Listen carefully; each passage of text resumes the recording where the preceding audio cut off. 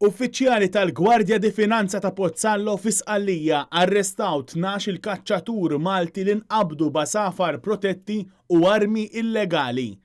Skont ġurnali ta' Ragusa, il-Maltin ġew arrestati fil-port ta' Pozzallo e kif kienu se jaqbdu l-katamaran lejn Malta.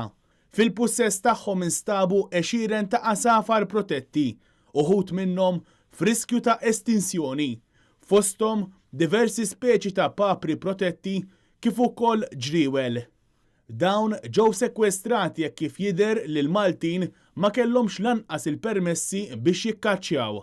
Uħud mill-Maltin kellhom ukoll armi fil-pussess tagħhom minkejja li ma kellhomx liċenzja valida, kif ukoll apparati illegali bħal laser, bird callers u dwal apposta biex jattiraw l-asafar iżda li huma projbiti għal skop ta' kaċċa. Dan l-apparat kif ukoll 12 center u l-munizzjon ukoll ġew sekwestrati mill-Pulizija Taljana. L-investigazzjonijiet minn diversi sezzjonijiet taż-żamma tal-ordni fl-Italja fosthom il-Fjamme Ġalle, l-uffiċjali ta' dwana fi Sqallija u pulizija mis-sezzjoni ta' kontra l-kaċċa illegali ta' Sqallija għadhom għaddejjin.